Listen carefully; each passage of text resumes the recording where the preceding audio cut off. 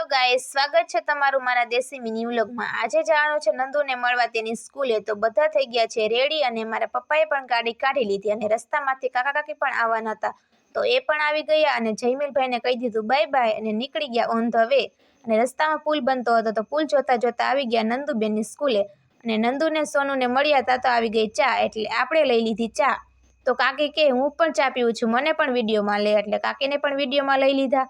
ત્યાં તો થઈ ગયો જમવાનો ટાઈમ એટલે બેસી ગયા બધા જમવા માટે।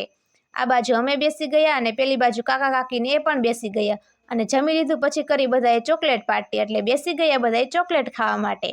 અને પછી આપણે ખાઈ લીધું પાન અને નવરા થઈ ગયા એટલે આવી ગયા બધાએ ફોટા પાડવા માટે અને પાડી લીધા 5-7 કિલો ફોટા। ત્યાં તો થઈ ગયો ઘરે જવાનો ટાઈમ એટલે નંદુને સોનુને કહી દીધું બાય બાય અને નીકળી ગયા ઓન ધ વે અને આવી ગયા ઘરે।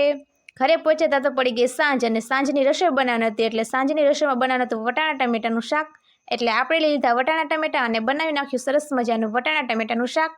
તો આજનો મિની વ્લોગ અહીંયા સુધી જ હતી। તો આવા નવા મિની વ્લોગ માટે મારી યુટ્યુબ ચેનલને સબસ્ક્રાઈબ કરો। Bye bye.